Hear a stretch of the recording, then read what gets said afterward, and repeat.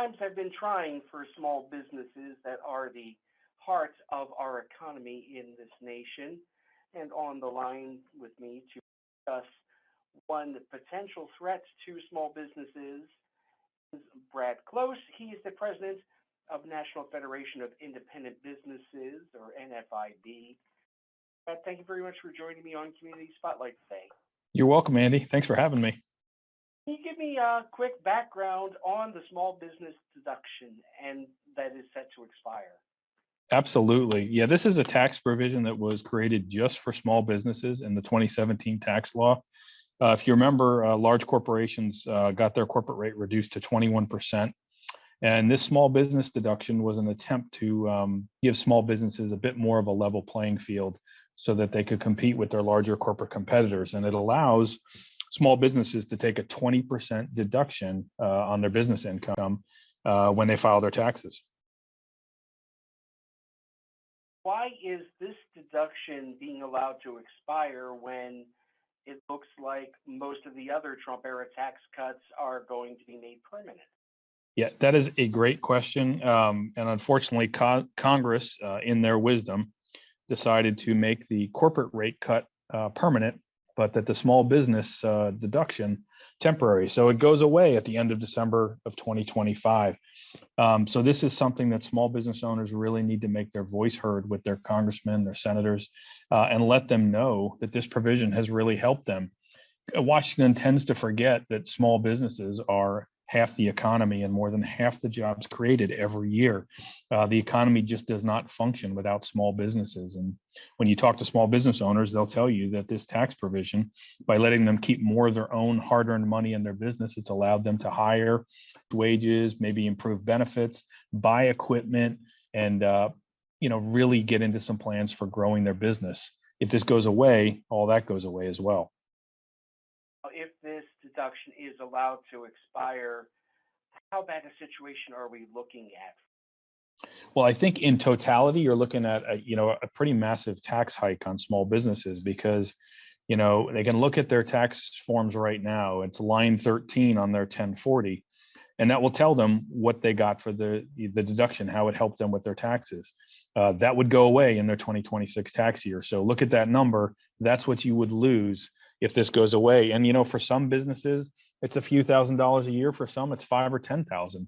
And that's real money for a small business that allows them to do a lot of things that they would not be able to do. I understand what you've told me in our emails back and forth.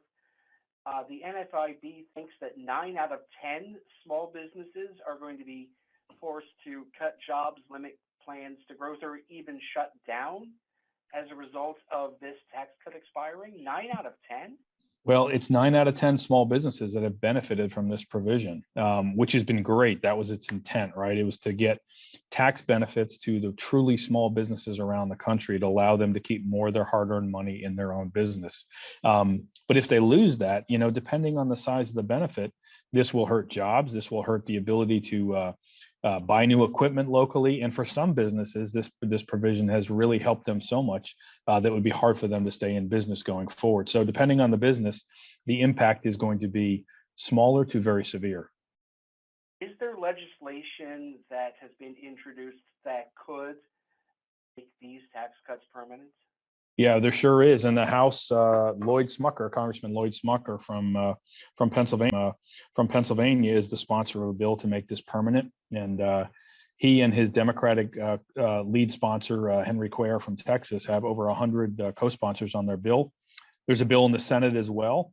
They're both called the Main Street Tax Certainty Act. And we really encourage small business owners to reach out to their congressmen and senators and get them to sign on to this bill. It's a very simple process. We just want to make it permanent. We do not want this to go away.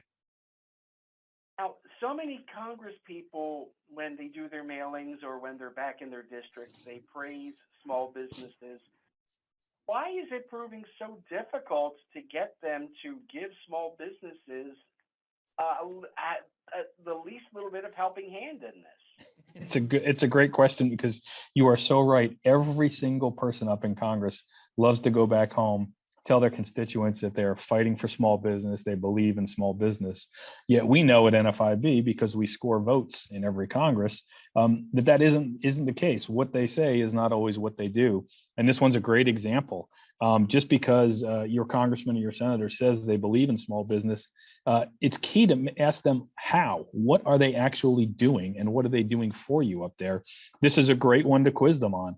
Ask them, are you supporting the Main Street Tax Certainty Act? And if not, we want you to do it, because this is allowing us to hire, to keep more of our money in our business, to buy equipment, and to grow for the future. And you know what a lot of Congress also gets wrong and forgets is that when small businesses are able to keep more money in the business, that money that they spend, it all is spent locally, whether it's buying new trucks or restaurant equipment, computer equipment, maybe some landscaping tools.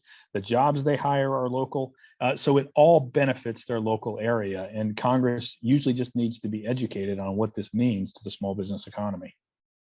Do you have any numbers on just how much economic activity is generated by small businesses in this country? Well, we know that half of our nation's gross domestic product comes from small business. So that ought to tell you that, you know, there's large corporations out there doing a lot of economic activity. But when you look at the small business economy, it's half of America's economy. And when it comes to actually creating jobs, small businesses far outpace large businesses. Other thing is small businesses are run by people who are part of your community. So small business people are not just in business, they're involved in philanthropy, in social services, social activity. They are really the heart of our community. It's so true. Go to a little league game, go to a band concert, a drama show at the high school, a parade. It's small businesses who are supporting all that local things. It's not large, giant corporations. So, you know, small business owners aren't asking for favors from Washington. All they want Washington to do is allow them to continue to keep more of their own hard-earned money in their own business. How can people find out more about the Main Street Tax Certainty Act? So we've set up an easy website, smallbiz, deduction.com.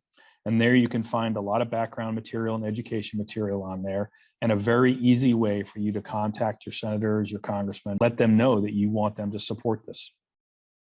I hope you will keep us apprised as this bill hopefully advances and makes it to the president's desk. Brad Close, president of the National Federation of Independent Business, thank you very much for joining me this morning on Community Spotlight. Thanks, Andy.